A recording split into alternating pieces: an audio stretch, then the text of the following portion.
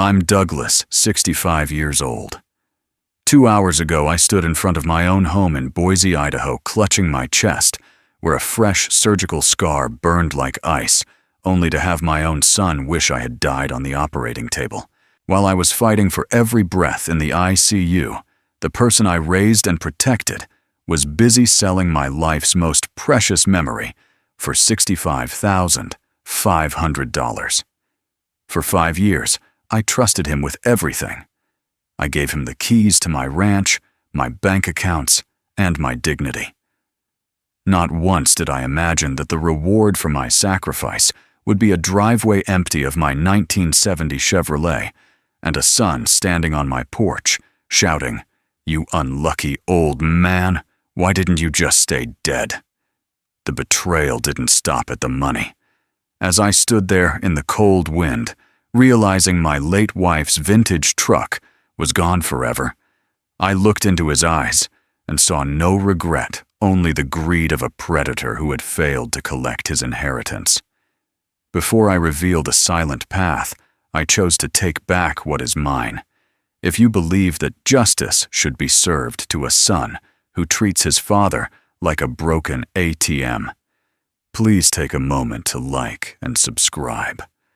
Only do it if you genuinely feel the weight of this story. Drop a comment below. Where are you watching from? And has anyone ever betrayed your trust when you were at your weakest? No, let me take you back to the day I made the mistake that cost me nearly everything. The heavy silence of the living room felt like a physical weight as I sat in the shadows, my mind drifting back to the cold, hazy months following my wife's funeral. Grief is a treacherous thing. It doesn't just break your heart, it clouds your judgment until the world looks like a blur of gray. I spent my days staring at her empty rocking chair, my hands trembling from the mild sedatives the doctor prescribed to keep the panic attacks at bay. That was when my son, Trevor, saw his opportunity. He started showing up every morning with coffee and a concerned expression that I now realize was nothing more than a mask. "Dad, you can't keep living like this," he'd say, his voice dropping into a rehearsed tone of empathy. He talked about the burden of the ranch, the property taxes in Boise, and the complicated medical insurance paperwork that seemed to pile up on the kitchen island. One rainy Tuesday, he placed a stack of documents in front of me. He didn't call it a total surrender of my rights. He called it a medical and financial temporary power of attorney. He leaned over my shoulder, pointing at the signature lines, with a steady finger, while I struggled to focus my eyes through the fog of medication. Trevor promised that this was just a safety net, a way for him to handle the mundane chores of my life, so I could focus on healing. I remember the scratch of the pen against the paper, a sound that should have haunted me. But at that moment, I just wanted the noise in my head to stop. I trusted the boy I had raised, the one I had taught to hunt in these very woods, never imagining he was actually handing me a leash. I didn't read the fine print, the hidden clauses that gave him the authority to manage, sell, or transfer tangible and intangible assets at his sole discretion. I simply wanted a shoulder to lean on, but Trevor was looking for a foothold. Within weeks of those signatures, the atmosphere in the ranch began to shift. It started with small things, like Trevor suggesting that his girlfriend Melinda move in to help with the cleaning. I didn't mind the company at first, but Melinda didn't come to clean. She arrived with suitcases of designer clothes and an air of entitlement that turned my home into a hotel. I watched from the sidelines as they began to reorganize my life, treating my private study like a storage unit for their clutter. Trevor's tone changed from concerned to commanding. He stopped asking my opinion on ranch expenses and started informing me of decisions already made. Whenever I tried to question a withdrawal or a new charge on my credit card, he would pat my hand dismissively, reminding me that I was not in the right headspace to worry about money. He used the very document I signed out of love to gaslight me into a state of forced helplessness. I was becoming a ghost in my own hallways, a man whose signature had been weaponized against him by the person he loved most. The illusion of care vanished the moment the ink on those legal documents dried, replaced by a calculated coldness that turned my own home into a battlefield of psychological warfare. Trevor didn't waste any time exercising his newfound authority, starting with a visit to the local bank to reroute my monthly pension and Social Security checks into a private account under his sole control. He stood in my kitchen, barely looking up from his smartphone, and told me it was for my own protection to prevent unnecessary stress regarding the ranch's rising operational costs. In reality, my hard-earned retirement fund became the personal treasury for his and Melinda's extravagant whims. I watched from the shadows of the hallway as delivery trucks arrived almost daily, bringing designer shoes, high-end skincare sets, and vanity mirrors that Melinda demanded for her makeshift salon in the guest wing. My credit card statements, which I was no longer allowed to see, were bleeding out to fund a lifestyle I had never subscribed to, while I was forced to justify every nickel I needed for basic survival. The most agonizing betrayal, however, was the way they weaponized my failing health to tighten their grip on the purse strings.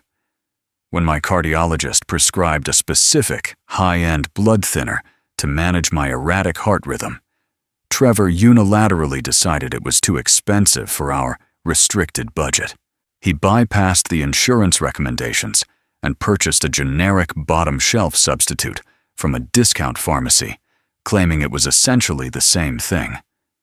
Every time I swallowed those cheap, chalky pills, I felt a flutter of anxiety in my chest, a physical reminder that my life was being traded for Melinda's next spa day, or Trevor's latest obsession with volatile cryptocurrency. They treated my medical necessity as an inconvenient line item on a spreadsheet, one that could be slashed to make room for their next night out in downtown Boise. To ensure I remained a prisoner of their narrative, Trevor took the ultimate step in cutting my lifelines to the outside world. I spent hours staring at my old flip phone, wondering why my daughter Megan hadn't called in weeks to check on my recovery. I felt a hollow ache of abandonment, believing that she had truly moved on with her life in Seattle and forgotten about her aging father. I didn't know that Trevor was sneaking into my room while I slept, accessing my phone to block her number and delete every incoming voicemail before I could even see the notification. Whenever I gathered the courage to ask about her, he would sigh with a practiced air of pity, telling me that Megan was just too busy with her career to deal with family drama. He fed me lies about her indifference while feeding her lies about my desire for privacy, effectively building a soundproof wall between a father and his only ally. I was becoming a ghost, trapped in a cage of their making, surrounded by my own memories, but forbidden from touching the future. My world had shrunk to the four walls of my bedroom, where the only thing I could hear was the distant sound of their laughter echoing through a house that no longer belonged to me. The creeping toxicity in my home reached a bone-chilling climax on a moonless Tuesday night, when the physical strain of my situation finally shattered my remaining strength. I was in the kitchen, reaching for a glass of water, when a sudden searing pressure erupted in my chest, a sensation like a hot iron being pressed into my ribs. The world tilted on its axis, and my knees buckled, sending me crashing to the hardwood floor. Gasps for air became shallow whistles as the radiating pain shot down my left arm, signaling the cardiac event I had been dreading. Through the haze of agony, I heard footsteps on the stairs, but they weren't the hurried thumps of someone rushing to help. Trevor and Melinda appeared at the top of the landing, their silhouettes cast long and jagged against the wall by the dim hallway light. I reached out a trembling hand, my voice a mere rasping plea for them to dial 911, but they didn't move. They simply stood there, watching me struggle in a silence so profound it felt louder than a scream. A chilling whisper drifted down from the shadows, Melinda's voice cold and devoid of any human warmth. If he goes now, Trevor, everything is settled. No more lawyers, no more nursing homes, just the estate and the insurance. I felt a jolt of pure adrenaline-fueled terror that surpassed the physical pain in my heart. My own son, the boy I had cradled in my arms, was standing there, calculating the profit of my demise, while I suffocated just 10 feet away from him. He didn't offer a hand or a word of comfort. He just stared with an expression of detached curiosity, as if he were observing a fading ember in a fireplace. They retreated back into their room. The soft click of their door shutting felt like a lid closing on my coffin. I realized then that if I stayed on that floor, I would be dead before dawn, and they would play the grieving heirs to perfection. Summoning a primal instinct for survival, I began to crawl. Every inch was a battle against the crushing weight in my lungs, my fingernails digging into the rugs as I dragged my body toward the front door. I managed to fumble with the deadbolt, the cold Idaho air hitting my face like a slap of reality as I tumbled onto the porch. My goal wasn't just to get help. It was to reach the edge of the high end directly into the field of vision of the Miller's next-door neighbor's Ring doorbell camera. I knew that the motion-activated sensor would trigger a recording, capturing the undeniable truth of my condition. As I lay there on the freezing wood, I saw Trevor's face appear briefly at the window, a look of panicked realization crossing his features when he saw where I was. He retreated again, still refusing to help, but it was too late. The digital eye across the driveway had already witnessed a dying man's struggle and a son's absolute abandonment. By the time the distant wail of sirens finally broke the silence, I had secured the only witness that couldn't be bribed or silenced, a high-definition record of the moment my son chose a paycheck over my life. While I lay suspended in a drug-induced coma at St. Alphonsus Regional Medical Center, unaware of the tubes and monitors tethering me to life, Trevor moved with the cold precision of a vulture circling a dying animal.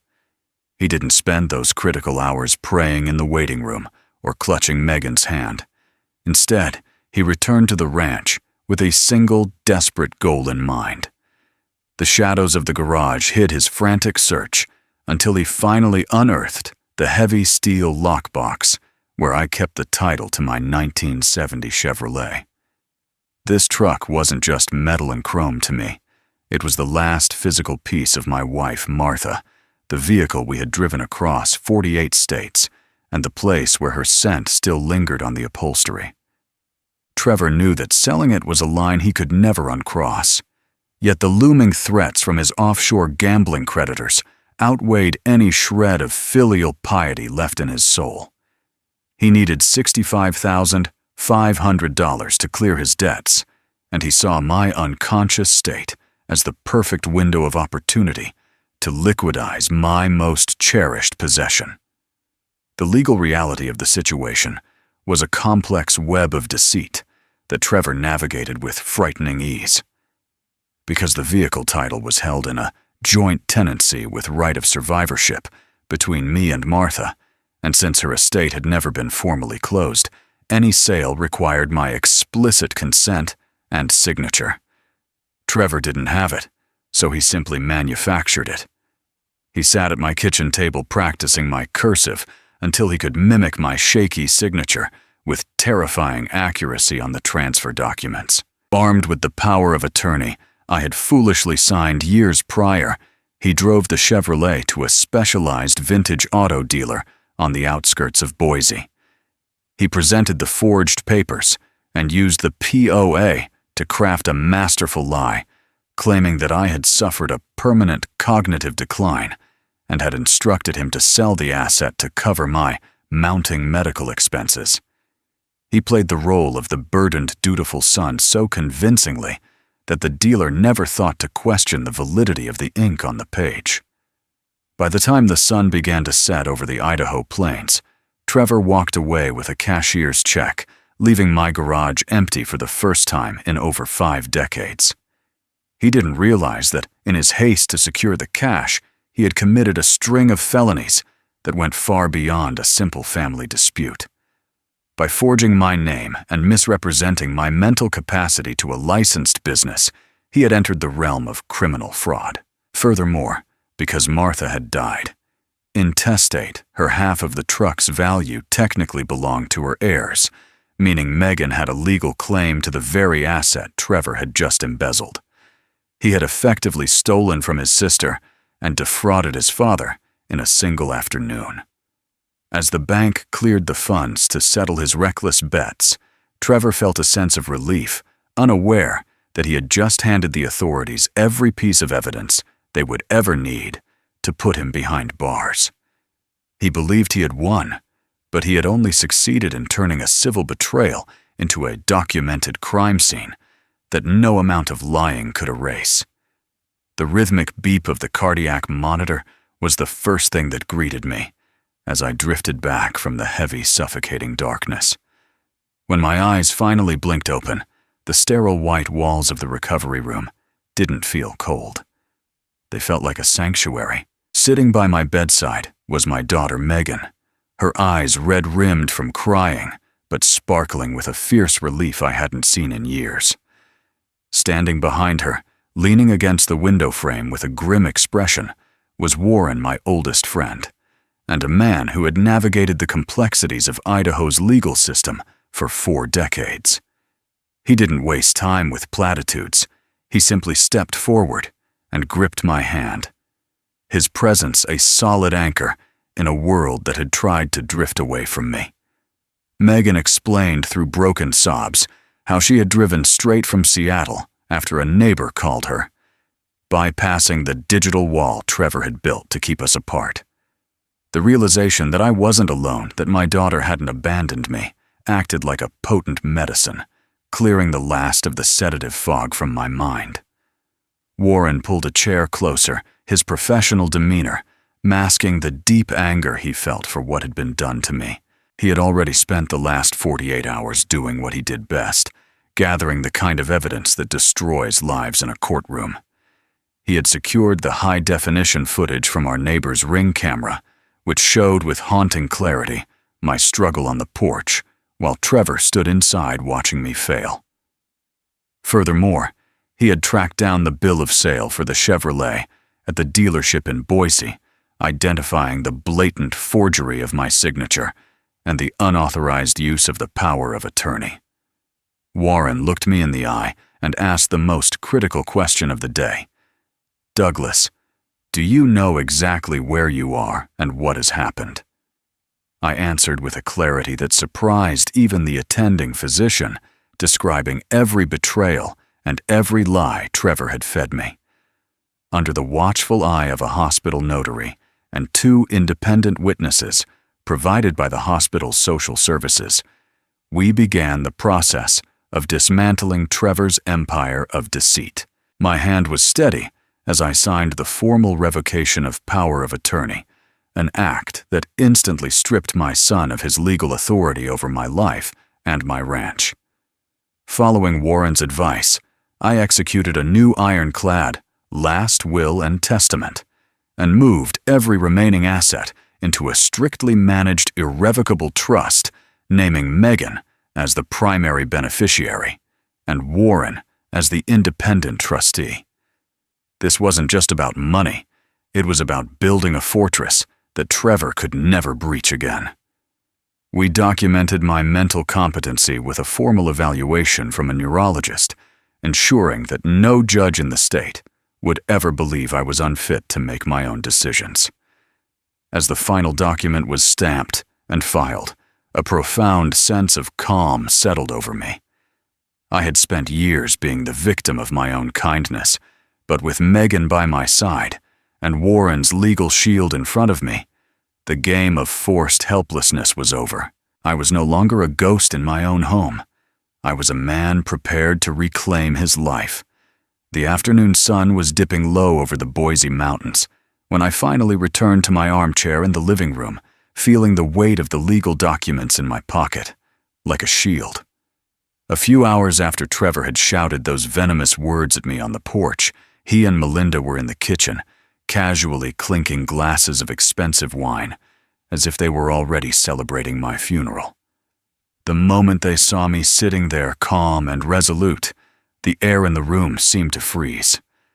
Trevor began to stammer another insult, but the words died in his throat when the heavy thud of boots echoed on the porch.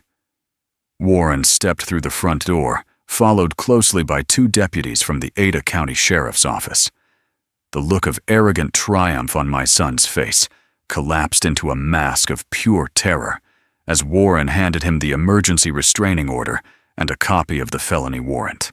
"Trevor Miller, you are under arrest for felony forgery, grand theft, and elder financial abuse." The deputy stated, his voice echoing through the rafters of the home I had built with my own sweat. Melinda shrieked, clutching her designer bag as if it could protect her, but the officers were indifferent to her theatrics. As the handcuffs clicked into place, Trevor turned to me, his eyes pleading for the mercy he had never shown me. I didn't look away this time. I stared back with the cold clarity of a man who had finally found his worth.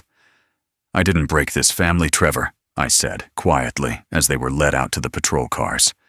"You sold it for $65,500. By the time the sirens faded into the distance, Megan was standing beside me, her hand on my shoulder, as we watched the sunset over our land. A week later, the Chevrolet was recovered from the dealer and returned to my garage. The engine still purred with the memory of the woman I loved, a legacy that was finally safe. Switching to channel host's perspective, third person, before we conclude today's story, let's take a moment to reflect on the chilling reality Douglas faced. This isn't just a story about a stolen truck or a forged signature. It's a sobering reminder of the fragile boundaries within families. As the creator of this channel, I believe Douglas's journey teaches us an invaluable lesson. Loving your children is a natural instinct, but protecting your own dignity is a non-negotiable responsibility. We often hear that family should be forgiven regardless of the cost, but when love turns into exploitation, silence becomes complicity. Douglas didn't choose to destroy his son. He chose to stop a cycle of abuse that would have left him homeless and broken. Don't go just yet, because your perspective matters. If you were in Douglas's shoes, would you have called the police on your own flesh and blood? Or would you have tried to find a way to forgive one last time? Is there ever a point where a child's betrayal becomes unforgivable? I genuinely want to hear your thoughts on this moral dilemma. If you have a different way of handling such a situation, or if this story touched a nerve in your own life, please drop a comment below. Let's start a conversation about boundaries, respect, and the courage it takes to stand up for yourself. Thank you for watching, and remember, you are enough, and you deserve to be surrounded by people who choose you for who you are, not for what you have, sanctuary I had just been forced to abandon. I didn't waste a second on self-pity.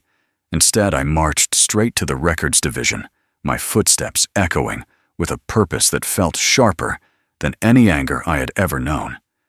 I needed to see the foundation of the lie that had been used to dismantle my life. When I reached the counter, I presented my identification to a weary-looking clerk and requested the full file for the guardianship petition filed against me. As I sat at a small wooden carrel, my eyes scanned the documents Preston and Jolene had used to convince a judge I was unfit to manage my own affairs. There it was, buried beneath layers of procedural motions, a durable power of attorney. This was the master key they had used to bypass my consent, a document supposedly signed by me 4 months ago, granting Preston full authority over my business and personal assets in the event of my incapacity. I stared at my signature at the bottom of the page. To a casual observer, it looked identical to the one on my driver's license. But as a man who had spent 40 years meticulously decorating wedding cakes with intricate icing script, I saw the flaw instantly. The ink wasn't right. The pressure points were non-existent. I pulled a small magnifying glass from my pocket, a tool I usually use to inspect the crumb structure of my sourdough, and leaned in close. Under the lens, the truth became undeniable. The signature was slightly pixelated around the edges, a telltale sign of a high-resolution scan that had been digitally lifted from an old birthday card or a payroll check, and then perfectly overlaid onto this fraudulent legal form. Jolene's signature sat right next to it as the primary witness, her handwriting neat and arrogant, attesting to a moment that never happened. She hadn't just watched me sign, she had orchestrated a digital heist of my very identity. My pulse hammered in my temples as I realized the sheer scope of their betrayal. This wasn't a sudden lapse in judgment on their part. It was a cold, calculated operation that required weeks of preparation and access to my private records. They had waited for a moment when I was distracted by the holiday rush at the bakery to file these papers, knowing I wouldn't be checking my mail at a property I hadn't visited in years. The clerk at the desk looked up as I requested official certified copies of the entire file. I watched the heavy stamp come down, thwack, thwack, thwack, the sound of the system finally beginning to record the evidence that would eventually be its own undoing. I tucked the certified copies into my briefcase, the paper feeling heavy with the weight of the war I was about to wage. As I walked back out into the humid Georgia air, I realized that Preston hadn't just stolen a shop. He had handed me the very rope that would eventually tighten around his own legal standing. The chill from the air conditioner in the doctor's office was nothing compared to the icy stillness in my heart at this moment. I sat across from Dr. Eris Thorne, a specialist in geriatric neurology, who had known my family for years, holding the thick envelope of certified documents I had just retrieved from the county records. The room smelled of antiseptic and old paper, a sterile environment where reputations were either mended or destroyed. I didn't come here for sympathy. I came for a scientific rebuttal to the poisonous lie Preston and Jolene had injected into the legal system. I handed the doctor the purported medical evaluation that had been used to justify my guardianship, a document I had never seen until an hour ago. Dr. Thorne's brow furrowed as he scanned the pages, his eyes narrowing at the signature of a physician I didn't recognize, from a clinic on the outskirts of Atlanta. Bernard, this report claims you were diagnosed with stage 2 neurocognitive decline 6 months ago. He whispered, his voice tinged with genuine confusion. It lists symptoms of disorientation, memory loss, and an inability to manage complex tasks. But you were in my office for your annual physical just last quarter, and your vitals were perfect. I watched his face closely, searching for the moment the professional mask would slip. He turned to his computer, clicking through my electronic health records, his jaw tightening with every second that passed. "Someone has been busy," Dr. Thorne said grimly, turning the monitor toward me. "There are several unauthorized access pings to your patient portal from an IP address that doesn't belong to any medical facility. It looks like digital assets, specifically old lab results, were exported and then manipulated into this fraudulent letterhead." The realization hit me like a physical blow. Preston hadn't just guessed I was healthy. He had actively stolen my private data to craft a convincing medical fiction. They hadn't left a single stone unturned in their quest to bury me alive in a state of legal helplessness. "I need you to test me, Ares," I said, my voice steady and resolute. "Not a standard screening. I want the most comprehensive cognitive assessment you have. I want a record that no judge can ignore." For the next 3 hours, I was subjected to a grueling battery of tests. I solved complex spatial puzzles, recalled intricate strings of numbers in reverse, and explained the nuances of artisan bread fermentation, a process involving chemistry and timing that required absolute mental clarity. I didn't stumble once. My mind, sharpened by decades of measuring ingredients to the milligram, functioned with the precision of a Swiss watch. When the final results printed out, the score was a perfect 30 out of 30 on the Montreal Cognitive Assessment, followed by glowing remarks on my executive function. Dr. Thorne signed the new affidavit with a flourish of his pen, his expression one of fierce determination. This is an ironclad certification of your mental competence, Bernard. I'm also flagging your file for a HIPAA violation and notifying the medical board about this fraudulent clinic in Atlanta. I took the fresh, valid documents, feeling a surge of adrenaline that replaced the earlier coldness. The foundation of Preston's benevolent takeover was crumbling.